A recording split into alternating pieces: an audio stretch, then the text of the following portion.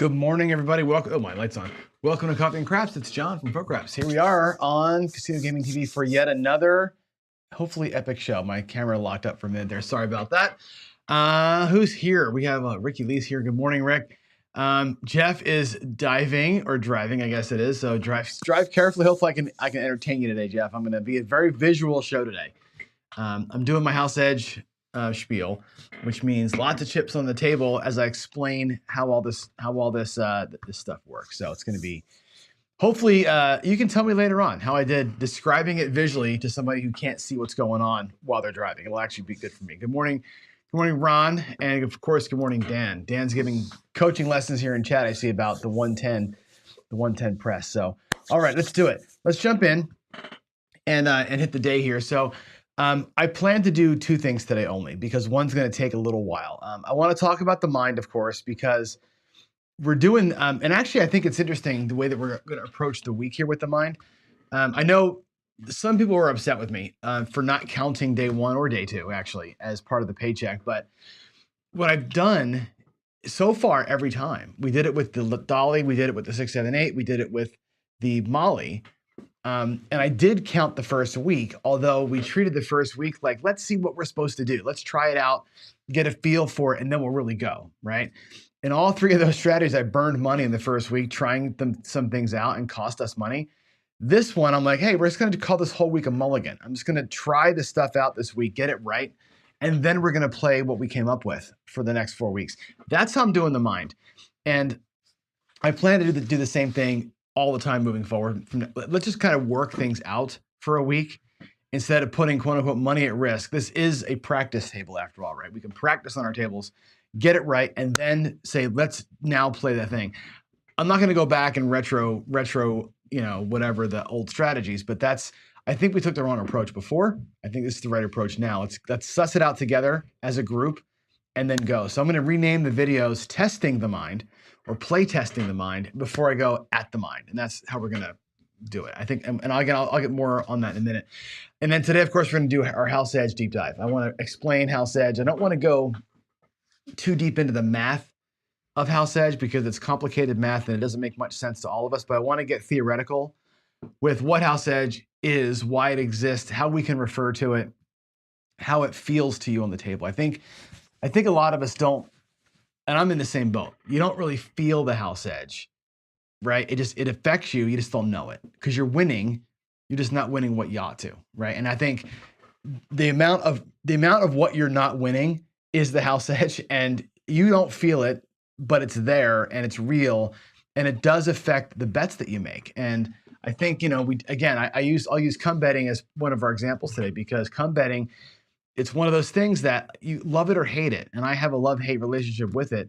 I'll show you why the house edge is so low. I'll show you what makes the house edge low, even without the odds. And I think you'll be, hopefully your eyes wide open today is what happens there. So with that said, let's jump ahead here and give you a quick Craps for the Cure update. As you know, it's the November 11th and 12th. If you're coming, let me know. Discord me, just give me a hand raise so I know you're going to be here.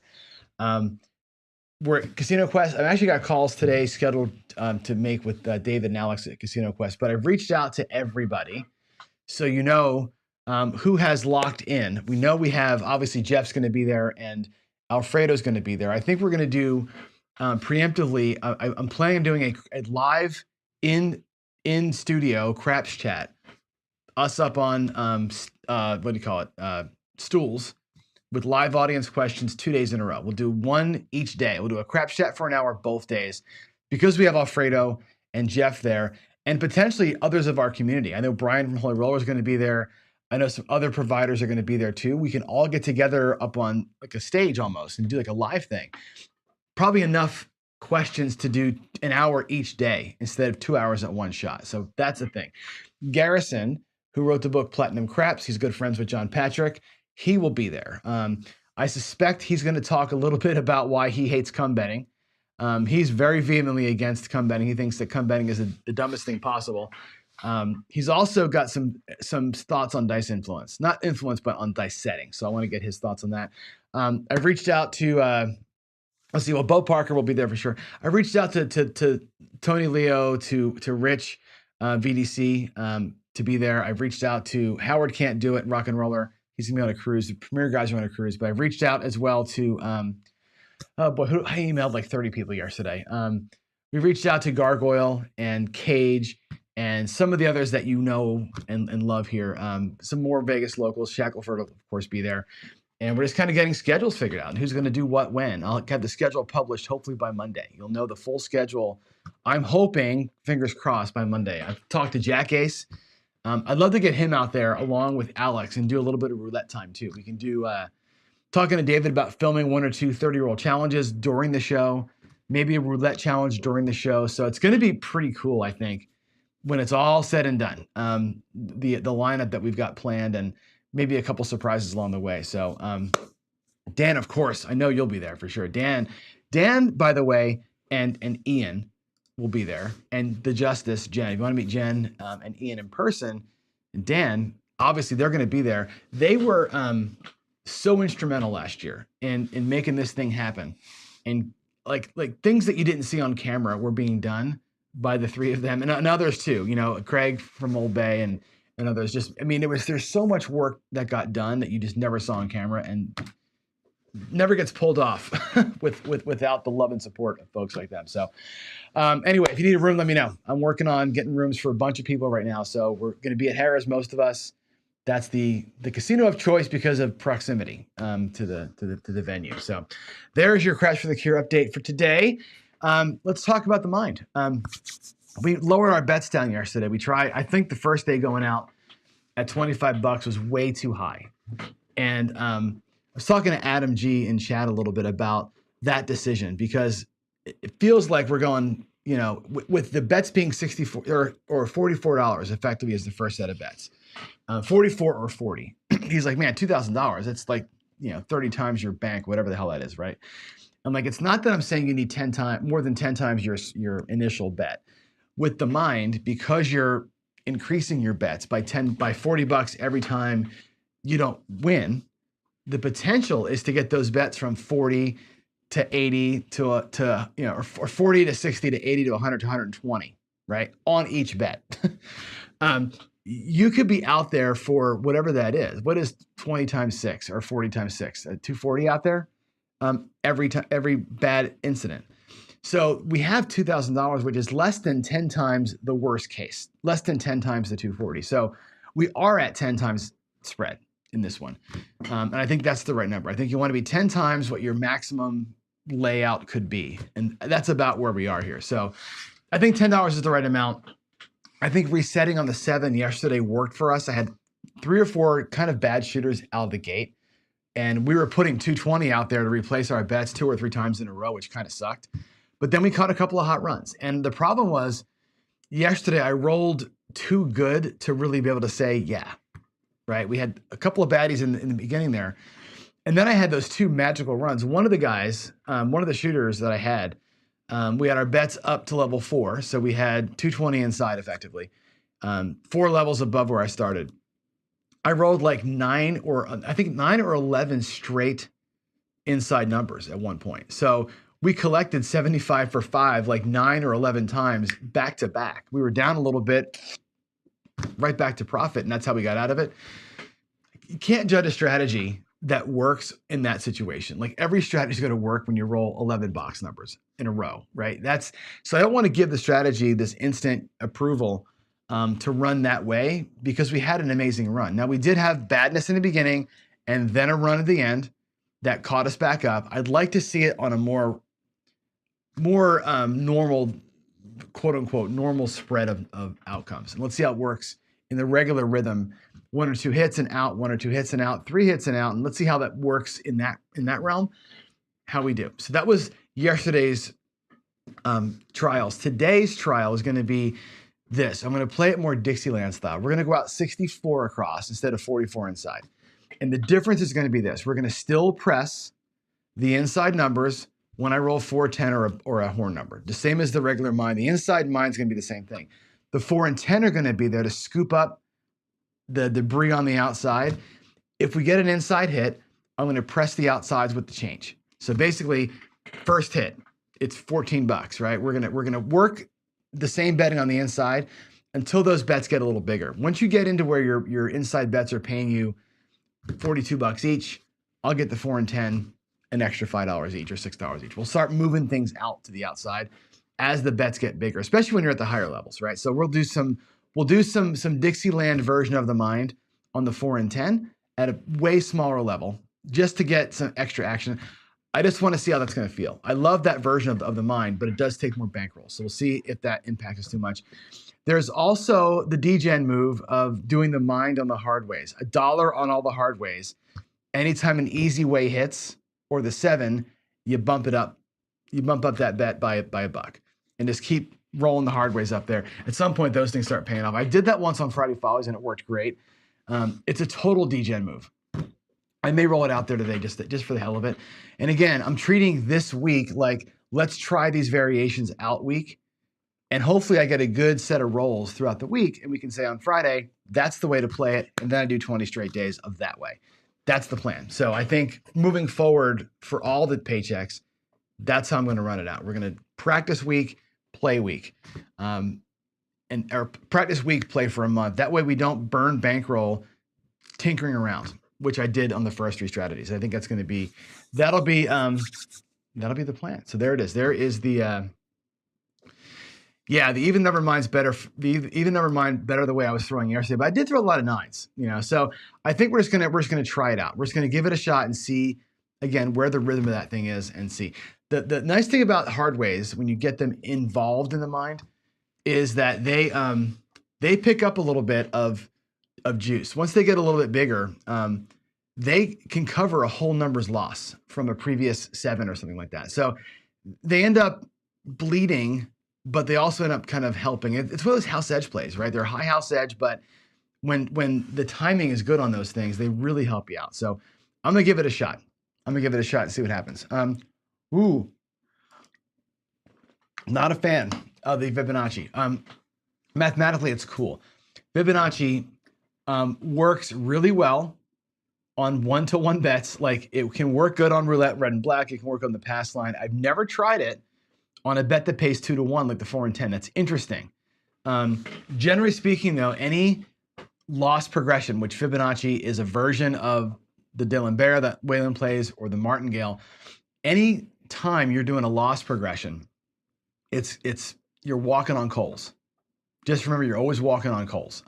But the fact that it is a 2-to-1 payout means that when you get those Fibonacci wins, they're not 1-to-1 wins, they're 2-to-1 wins, and they really pick you up. So if you stay in the Fibonacci sequence on a bet that pays 2-to-1 and you don't back up just because you're in profit, you can effectively empower that thing pretty hard. I'm going to try that actually. When I saw Fibonacci, I know the Fibonacci, but yeah, 4 and 10 on the Fibonacci seems really interesting. That might be a Friday Follies thing. That might be a thing to try Friday Follies with, just because it's very risky. However, with the 2-to-1 payouts, you only have to win half as much on the way up that ladder to make it work. If you happen to stay at a level for an extra hit, bam, you can recover all of it. That's actually an interesting thing. I'm gonna give it a shot. Maybe that's the Friday Follies show.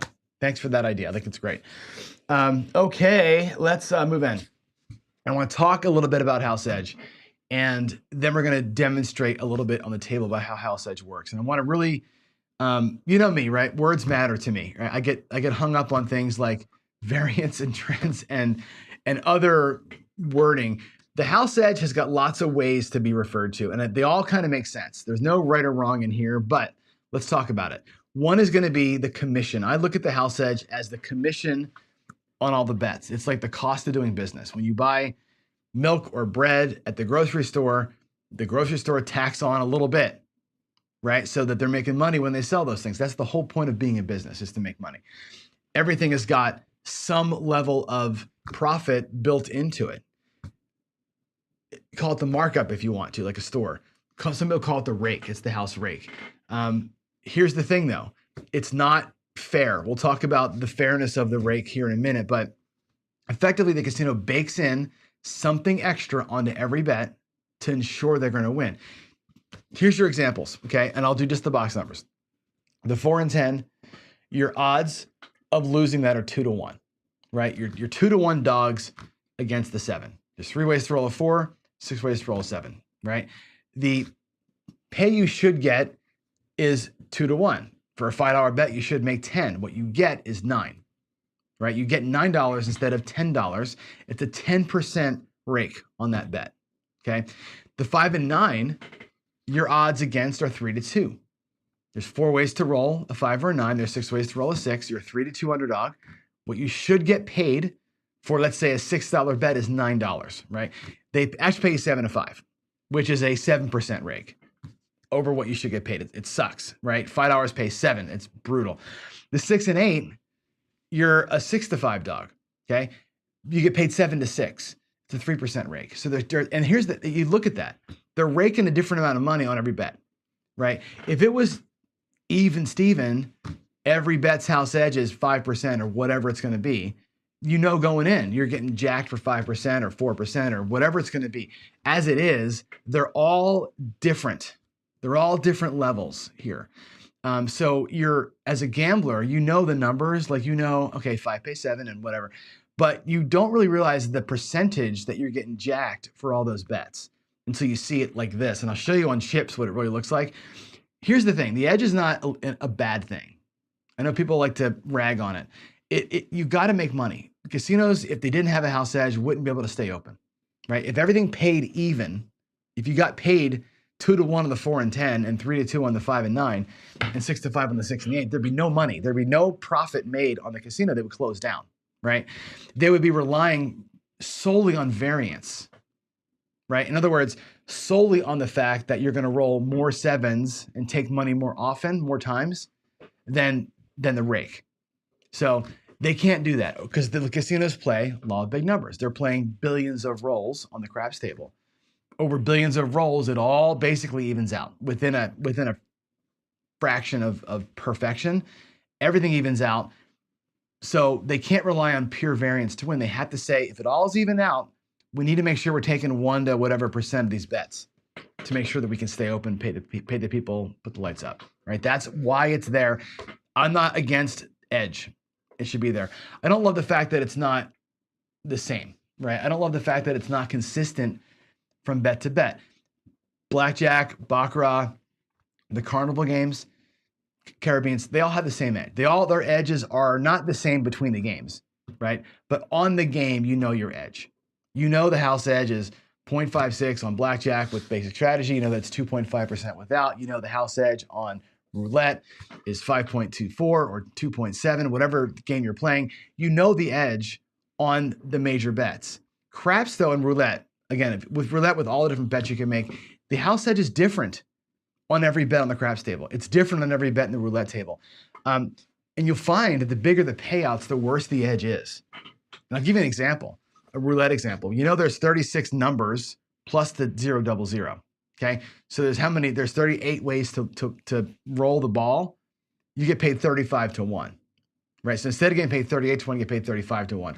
When they added the third 0 to the roulette wheel, now it's 39 ways to roll the ball. You still get paid 35 to 1. They added a way to lose and kept the payout the same.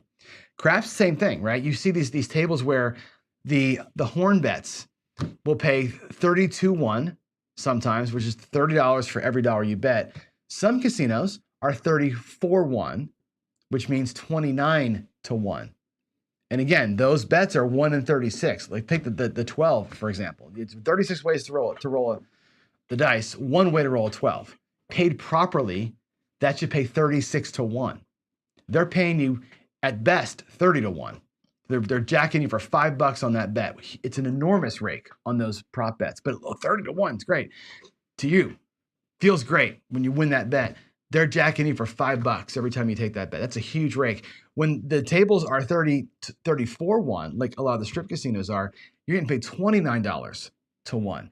They're taking $6 off that bet, off that win. $6 off of your win goes to the house commission on those bets. The bigger it feels, the worse it is. ATS, 150 to 1. Holy crap, that's amazing, right? That's a 22% edge on that bet. That's ridiculous. That's where they get you, right? The big shiny things, and you're like, oh my God, it's so much money for me. But at the end of the day, the bigger the bet, the worse the edge. So it doesn't mean don't ever bet them. You can bet them tactically. But you got to know. If you don't know as a player what the edge is on these bets, you're just going to feed the beast extra rake all the time. Okay? If you can pick your spots, like if you were that great and you could actually tell when a thing was coming and you were okay with, okay, I'll give up the $6 on the 12 because I know a 12's coming. Okay, take your money off the table. But again, you know that you're feeding that beast. So you're just giving it candy corn. You really are on the bigger bet. So that's kind of the thing, right? Does it matter? Yeah, not really, but kind of, right? I mean, the house edge, it only matters when you win, right? You put $1 on the midnight and it doesn't roll and you lose your $1. It didn't cost you more than $1 to make the bet. It doesn't cost you more than $12 to place a $12 6. You don't pay the edge up front. The 4 and 10 in some houses make you buy it and pay up front, right? You $20 4 cost you $1 in VIG, which you pay for the courtesy of being able to make the bet. And they keep the $1 forever. That is a different situation. That's taking VIG up front and never giving it back to you. In that case, you feel it out of your rack. You're like, I got to put 21 bucks out here to make this bet. Okay, my casino's here where I put a $20 bet and they take it out of the payment. You don't feel the edge that much. You're still buying the bet, but you feel it later. It adds up over time. And I'll show you here how it kind of escalates up. But remember that you're playing over this massive amount of time. And it's going to feel like in some moments when you're winning, you don't really care that much. Like let's say you get 4 5s or 4 9s in a row and you're pulling hundreds of dollars off the table. Do you care about the $7? Not really, because you're winning. If you're winning only one time and every time instead of getting paid 15, you're getting paid 14 on a 5, for example, that starts to add up and you'll start feeling the impact of like all the white chips that you get, that you burn, and you'll start feeling the fact those aren't red chips that can be easily colored up, and you feel it on the smaller wins. On the longer runs, you don't really feel it. But remember, just like the casino is playing the millions of rolls, the law of big numbers, you are too. I know that people disagree with me when I say this, but you are, over the course of your life, over the course of a weekend, you play 7 sessions in a weekend, like we're going to do at Craps for the Cure. We're probably going to play 15 times each at the tables. That whole weekend is a big series of numbers that you're playing against. The casino wants you not to notice that. People in chat want you not to notice that. Oh, you're playing only small sessions. Well, yeah, you're playing for a short session now, but over the course of 4 days, all the bets you made over the course of those 4 days, all of those bets had a rake. Every one of them had a rake to the house. Over the course of those 4 days, all that money you didn't win when you won, all feeds the beast. And the casino wants you not to notice that. You won't notice it because you're winning money. You won't notice how much of a spiff you let go, but you're letting the big one go. So yeah, it does matter in terms of keeping their lights on. You won't really feel it on your wins that much. You'll just be like, oh, I didn't win, as much as I could have, I guess. But you don't really notice it as a player. And I don't notice it when you're playing. You don't feel, oh shit, the house edge got me. You don't feel that. At the end, you're like, well, I won $1,000 without the edge. If everything paid normally, it would have been $1,200. That's what it ends up being to you. And I just want you to know. I want you to know how that actually happens. Can you overcome it? Not really. You can reduce the impact of it.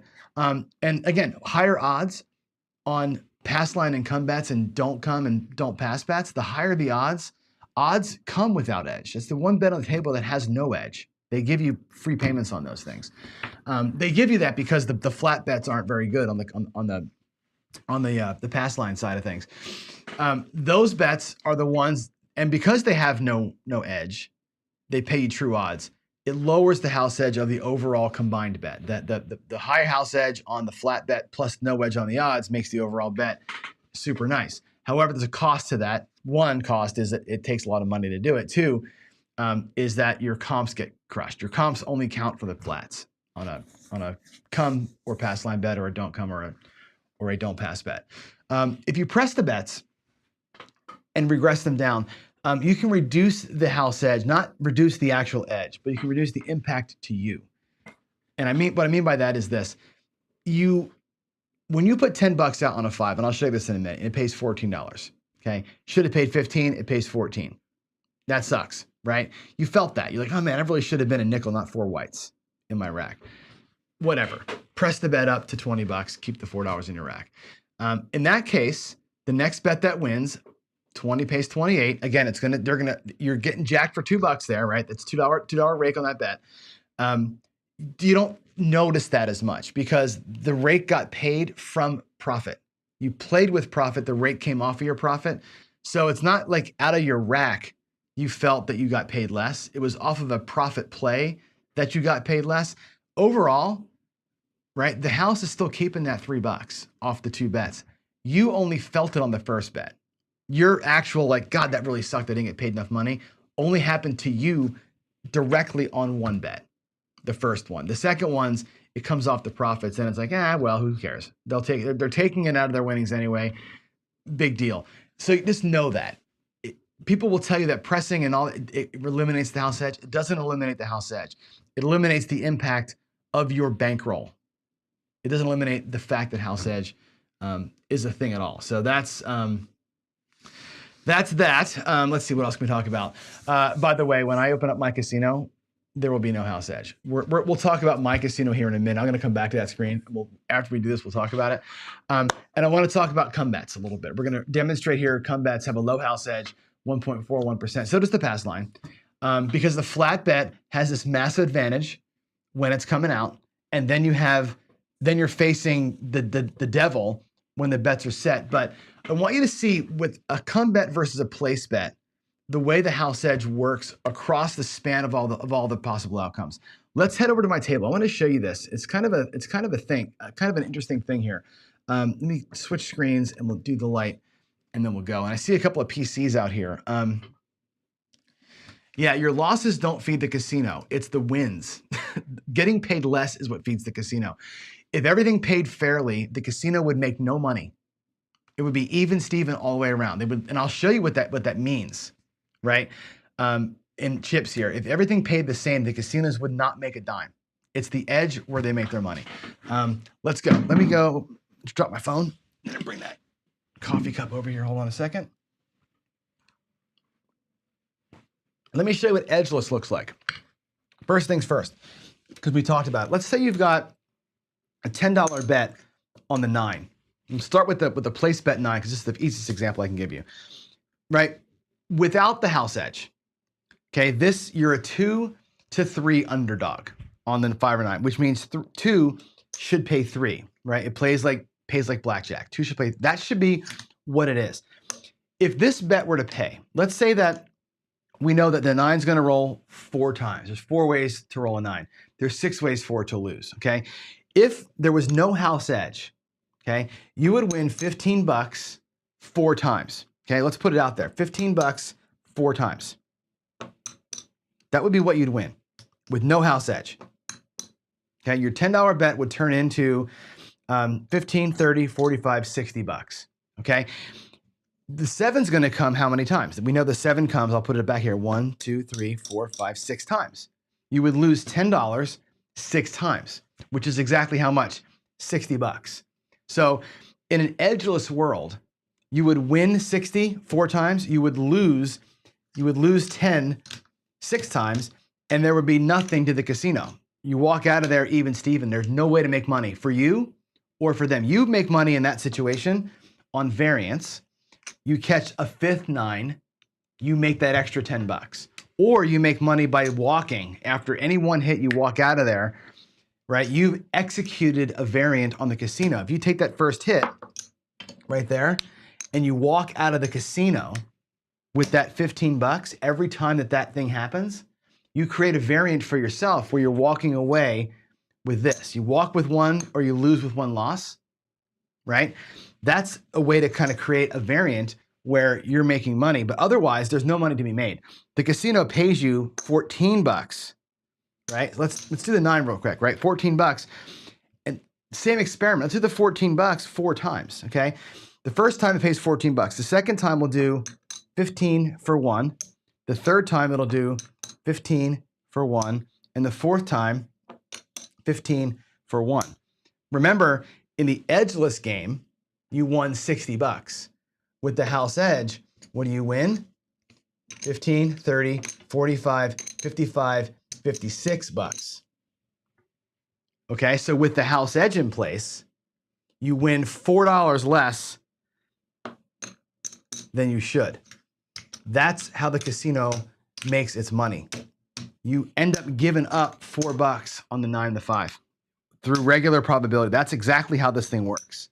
Okay, and you can look at the 9 and the 5 as the same. They both give up $4 to the house on the wins you should have got paid on. Okay, the 6 and the 8 work similarly. Let's do a 6 and 8. Let's do a $12 8. Okay, now again, the 8, if it paid correctly, you only need to put $10 out there. Okay, and it would pay $12 4 times or 5 times. $12 5 times. There's 1, there's 2, there's 3. Sorry for the slowness. There's 4. Whoops, come on. There's 4, and here's the 5th. You should get paid $12 5 times. What does that add up to? Well, we take these whites, they become reds, okay? But that ends up being 10, 20, 30, 40, 50, $60. And again, you'd lose $10 6 times, it would be a tie, okay? But they don't pay that way. They make you put $12 up so they can pay you crappy. And here's how the 8 works. And we'll do the 8 and the 6 together. Now you got $12 to pay 14. I'll do the same thing we did with the 5 and the 9. 14, the first time we'll pay $14.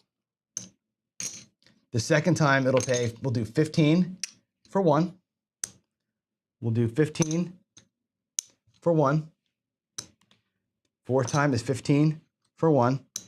And the 5th time, whoops, come on, will be 15 for 1. What does that add up to? 15, 30, 45, 60, $70. What should you have won? Right? If we did it the right way, right, you're getting jacked for $1 or $2 on every single one. This should win $72, not $70. You're getting planked. Instead of winning the 72 you should win, you're getting planked for $2 on the 6 and the 8 every single time. That's the rake, right? Over the course of the lifespan of a $12 bet, you're giving up the $2 on the 6 and 8. It's less than the 4 and the 5 and 9. They always say the 5 and 9 are some of the worst house edges on the planet. That's why you're giving up $4 here over the lifespan of those bets, $2 here over the lifespan of these bets. Follow me? 4 and 10, how do they work? Well, without the buy bets, let's do the regular bets, a $10 size bet. Again, you're going to lose that bet 6 times. We know we're going to lose $60. How much do you win? Okay, if they paid it right, 10 would pay 20. And you'd win $20 3 times because the 4 and 10 roll 3 ways. If you paid right, you'd win $20 3 times. You'd lose $10 6 times. You'd be tied. Again, no edge for the casino. What they actually pay you on a $10 bet is $18. Okay, so you get $18 once. You get $18 twice. You get $18 3 times. That's what you pay or get paid on the 4 and 10. Again, you should have made 60. What you end up making is 15, 30, 45. There's 50, $3. Okay, what's the difference there? $7, right? You get paid 15. There's 25. There's 45. There's $58. Okay, I'm sorry, bad math there. 25, 45. That's 50, $58 instead of 60. Sorry, $2 on the 4 and 10. Okay, there's your kick to the house on the 4 and 10. That's the rake. So what does that add up to? Right, we got 4, we got 8, we got, if I make those look like $5 stacks, there's 10, there's 15, there's $16 in rake on the box numbers if they roll according to house probability, according to random. And again, in one session, you'll never see this. Over 1 million rolls, this will be the average the casino can take. They know they're going to take that much money across the lifespan of a $10 bet. They're making $16 on your 64 across if the 64 across resolves itself the way that it should. That's a lot of money. Let's put it out there. Let's actually make it visible. I'll put it right here. 15, 16 bucks is the rake on your box numbers if they roll the way we expect. Okay, let's do come bets. Let's do the come bets. They're a little bit different. Check this out. In the come, what's going to happen in the come? Let's take a look at what could happen out here. We know that on a 2 or a 3 or a 12, that bet is going to lose. There's two ways to roll a 3, right? There's one way to roll a 2, one way to roll a 12. There's 4 ways to lose 10 bucks. That's going to cost you 40 bucks. We also know there's 6 ways to roll the 6, 2 ways to roll the 11. There's 8 ways to win 20 bucks. What is your net? Your net here is going to be plus 40 bucks. You're going to win 80 bucks. You're going to lose 40 bucks. Your net is going to be a $40 win during phase 1 of a come bet. Remember that. You're winning 40 bucks. Again, I'm going to treat the bet as what it is. These come bets have two phases, right? Phase 1, you're expected to win 40 bucks, okay? Which is like, oh God, that's great, right? Where else are you going to get that kind of deal? The problem is when the bet travels, you can't pull it down and walk out. Remember I said in the 9, if you took a win, pulled it down, and walked out, you cannot take your win in the come on an 11 or on the and leave once the bet gets up here. Once you take that's nice if you walked out when that happened. But what you're doing is you're waiting for the bet to get set to a number. Now it's stuck and you can't walk away with this bet's contract. Okay, but let's take a look here at what happens on the edge of these bets, because this is interesting stuff to me. Okay, well, I'm going to work from the 10 across, and we'll see what really happens here. Again, you know you got 40 bucks in your bank, so to speak. Okay, this 10, you're going to set 3 10s. I'm going to put them up here as three bets. You're going to get the 10 set as a number, as a come point 3 times. We can guarantee that over the course of, again, the life cycle of these bets. A $10 come bet will go to the 10 3 times. How many of these bets are you going to win? Here's the kicker question here. How many bets are you going to win? You're going to win 1 of them. Remember that you are and I'm going to show you how this probability thing works. You're 2, 3, 4, 5, 6 bets, right? Six reds, 3 whites. That means you can win 3 ways, you can lose 6 ways. Okay? If you reduce the fraction, right, it looks like this. 2 to 1. That's the odds that you are familiar with on the 10, right? 2 to 1 odds, right? You're a 2 to 1 dog right now.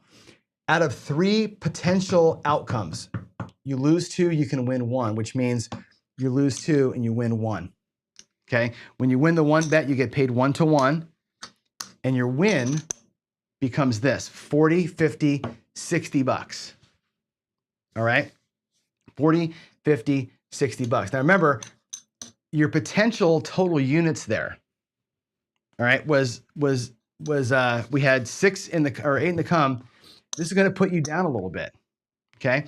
It's easier to see this. I'm going to do this with green chips because they're single unit. Let me do it again with greens so you can see what I'm talking about. The greens, you're going to win, again, 4 net in the come. We'll do it here. I don't want to have reds all over the place. So you're going to set 3 10s. You're going to lose 2. You're going to win 1. And you're basically square on the 4 and 10.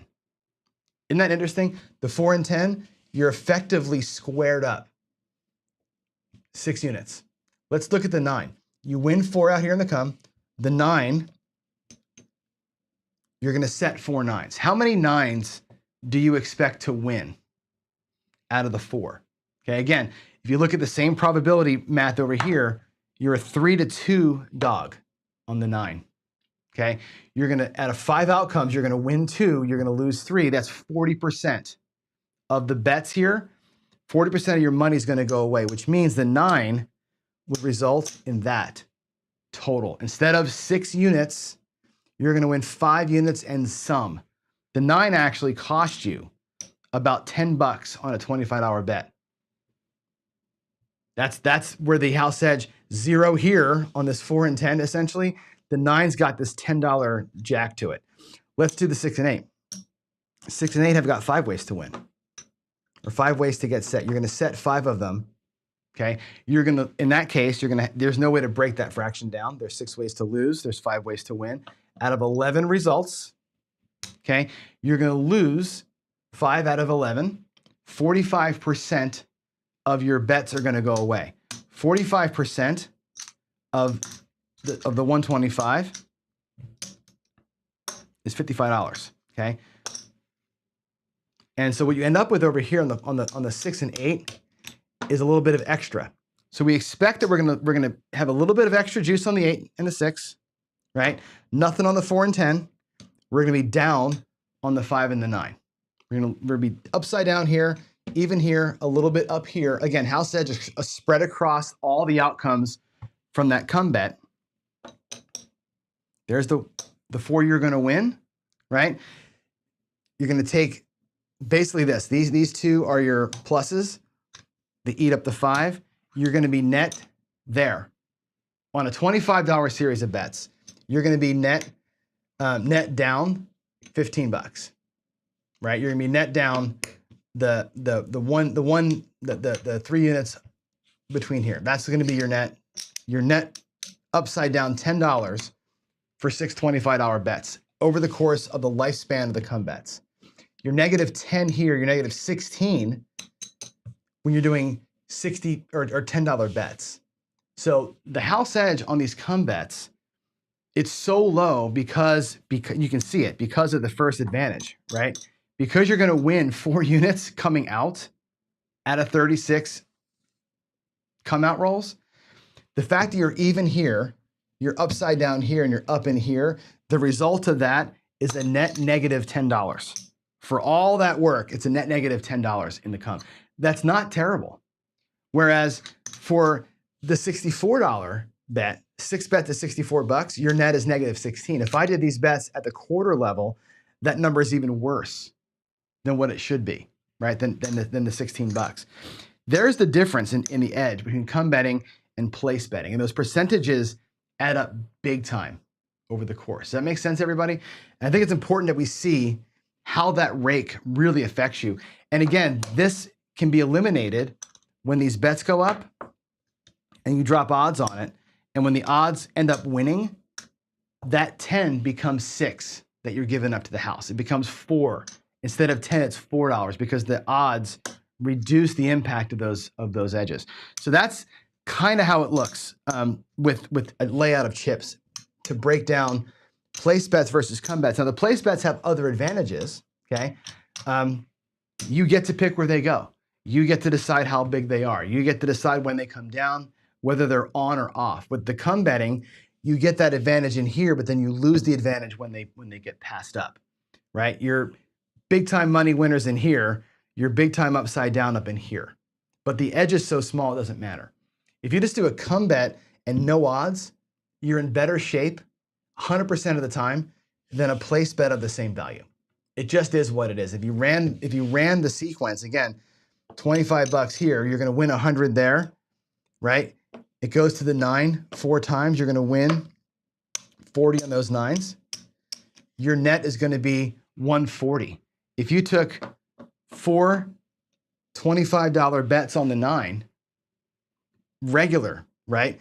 Or let's just do a place bet of $25. Yeah, that wins $35 once, twice, 3 times, 4 times, but you lose $25 6 times, right? 1, 2, 3, 4, 5, and you owe the casino an extra $10, right? You're out $10 here, right? You see the difference there? That's your edge. That's your house edge kind of visual. I hope that makes that visual makes some sense to you, because it's soul crushing when you don't understand how that works and why the come betting faction of the world is so vehemently against the place bettors, right? And it also, to me, makes sense, and come back to over here again, why the place betting community is so vehemently against the come betting community, because there's this element of control but the price of control is house edge. The price of controlling your bets is the edge you're playing on them. If you want that lower house edge, you can see it doesn't really matter. Ultimately, both players are down about 10 to 12 bucks across the life cycle of those bets. The fact that I can jack odds on and lower that impact a little more does make a little bit of sense, right? And I think, again, know where the casino is making their money. They are not making the money on you losing your bets. They're making your money on not paying you what you should get paid, right? And again, I liken that. I'll go back a couple screens here. I liken that when I go back to this screen. This commission idea. This can seem unfair. It can seem that it's unfair that it's not consistent between the bets, right? It feels unfair, but you go to the grocery store, the markup on Pop-Tarts is a lot bigger than the markup on a tomato. Follow me? Like, some things at the grocery store have got a way smaller markup, way smaller profit margin than other things, the luxury items, the Pop-Tarts that I love, my sugar cereal, my ice cream.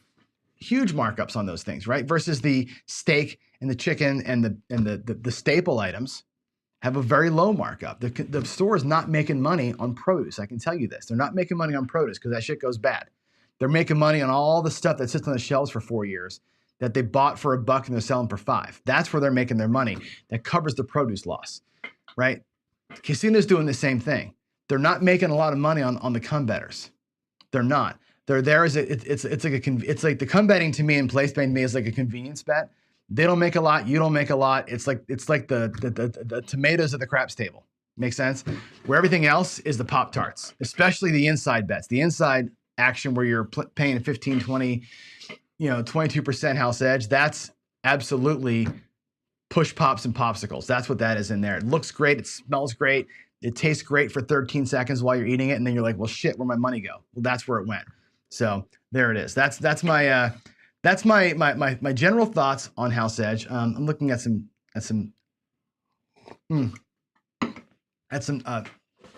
other chats here. I'm not sure if Dr. is talking to me or somebody else. You should consider the chances to win when the non-7 numbers roll. Place bet. Yeah, you're right. And you do. So what I didn't want to do today was go into the actual math of this because the actual math is complex. The way that you consider the house edge on a come bet is the chance of the bet winning the one roll. So the phase one, you've got that 2-to-1 advantage. You got that 66% chance, technically speaking, to win in the come on the one roll bet. That's one part of it, which has got a positive EV for you. The negative EV comes on the non-one roll bets where you're doing that, where I told you on like the 10, you have a 33% chance to win the 10. That's the multi-roll calculation. Together, those result in a 1% house edge, 1.4%. That's how that all works together. There's 2 phases to it. You cannot discount the phase of the one roll bet. Again, 36 come out rolls. You're going to win a net $4 on the come out phase. In the play phase, you're going to win a net negative, whatever that is, net negative. What was it? $40, whatever that was. Net negative $10 out of 150. So well, 1.5%. That's your net negative. It's a combination of both bets together. That's the thing you have to understand. And it's hard to do that math. I don't want to have a math lesson today, so that's why I didn't go that deep. So my solution to all this, there is never going to be a solution until I win the money, right? Until I win. And actually, I may introduce this next week. We have an idea from Buckeye Slim, 300 Plus Club, how to make $1 million in craps. If I can make $1 million in craps a few years in a row, we're going to go to Casino John. I'm going to buy a casino. I'm going to buy the Casino Royale, which is next to Harrah's in Vegas. It's the best casino in Vegas, except for there's no table games anymore. I love that casino though. It's a small. It's got like a Motel 6 is the restaurant. Outback is the steakhouse. It's perfect for us, right? I'm going to make everything a buy bet. I'm just going to go vig up front.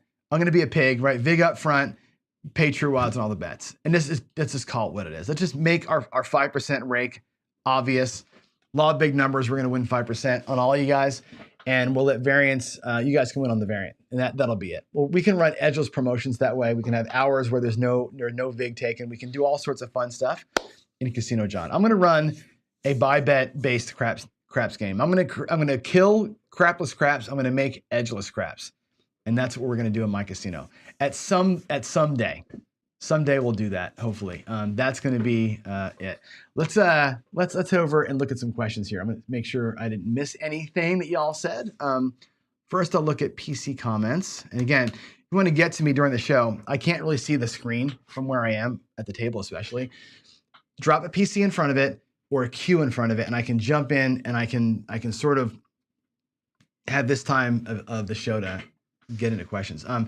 I did see somebody ask from John Pond, what is the Fibonacci? I saw somebody answer the question, but just so we know, it's a mathematical progression of chasing loss. So it's the number plus the number, the 2 before it. So it's 1 and then 2, and then 2 and 1 is 3. The next bet's 3. 3 plus 3 is 6. And you kind of keep pushing your bets up by the sequence. And then you work your way back down the ladder again sequentially. And that thing covers losses like a martingale does, but it's not quite as aggressive as a martingale. It takes a little longer to build up. It's dangerous because you can get those streaks where you lose 10, 15, 20 in a row and you're going to be burned, right? So, yeah. Oh, Royce, Costco rotisserie chicken, 100% paying for the Costco fruit. Absolutely. Yeah, you can do this. I've done that before too. You run a script in WinCrafts from the don't pass, you can lose the entire $2,000 bankroll just from the VIG. You're going to win and lose exactly the right number of times. At the end of the day, it takes a year, 10,000 rolls, but you lose and it's all the VIG. It's all the edge taking your bet away. That's where that's why everything in WinCrafts goes to zero every single time. It's not that your strategies don't win. It's that the house edge eventually bleeds every bet down to the point where there's nothing left, and they will bleed you dry.